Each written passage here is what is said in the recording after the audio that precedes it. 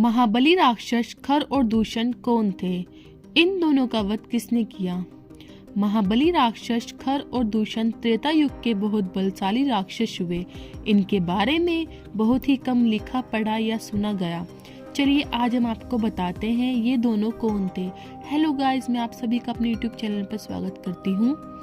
खर और दूषण रावण के सौतेले भाई और राक्षसों के प्रमुख युद्धपति थे, जो कि दंडक वन में रावण की ओर से शासन करते थे। राक्षस वंश में माली नामक राक्षस हुआ। माली की दो पुत्रियां राका और पुष्पोत्कटा ने भी महर्षि विश्वा से विवाह किया। तब विश्वा मुनि को राका से खर और पुष्पोत्कटा से दूषण नामक बलशाली पुत्रों की प्राप्ति हुई। अलग अलग माता से इन दोनों का जन्म एक ही दिन हुआ और ये सौतेले होते हुए भी जुड़वा भाई हुए। दोनों का उत्तम युद्ध शिक्षा मिली। जब रावण अपने दिग्विजय पर निकला तो ये दोनों भाई भी उसके साथ थे। तब इन्होंने अपनी वीरता का परिचय दिया। देवताओं की प्रमुख पराजय हुई और रावण का अधिकार स्वर्ग पर हो गया। रावण की बहन शूर्पणखा ने रावण के विरुद्ध जाकर एक वीर दैत्य से विवाह कर लिया। इससे रावण क्रोधित हुआ और उसने आक्रमण कर अपनी बहन के पति का वध कर दिया और शूर्पणखा को वापस मनाकर साथ ले आया।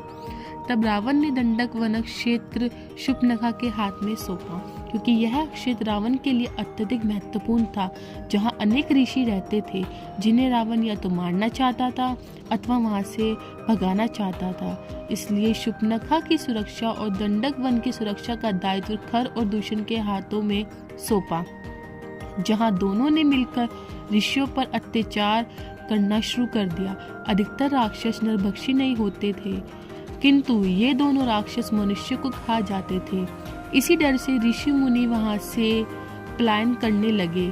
इसी के साथ रावण ने 14,000 वीर सुबटों की सेना दंडक वन में रखी। इसी कारण कोई राजा उन पर आक्रमण करने का साहस नहीं करता था। इस तरह दोनों नरभक्षी राक्षस अपनी बहन शूर्पणखा के साथ राज करने लगे।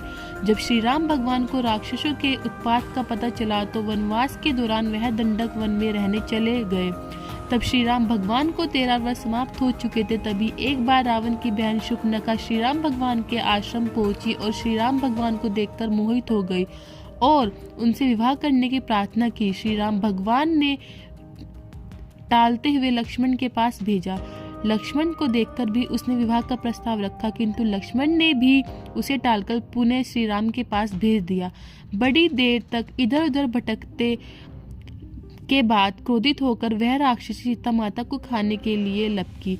तब लक्ष्मण ने धारदार हथियार से नाक काट डाली। वह रोती हुई अपने भाइयों खर और दूषण के पास पहुंची। उन्होंने कुछ राक्षस अपनी बहन के साथ श्री राम का वध करने के लिए भेजे, किंतु श्री राम ने एक ही बाण से सभी का सर धड़ से अलग कर दिया।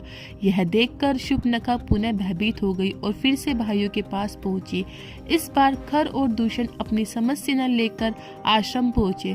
तब श्री राम भगवान ने लक्ष्मण को सीता की सुरक्षा में छोड़कर अकेले ही उस विशाल सेना के पास पहुंचे और केवल स्वयं प्रहार के युद्ध में श्री राम भगवान ने अकेले ही 14,000 राक्षसों का वध कर डाला।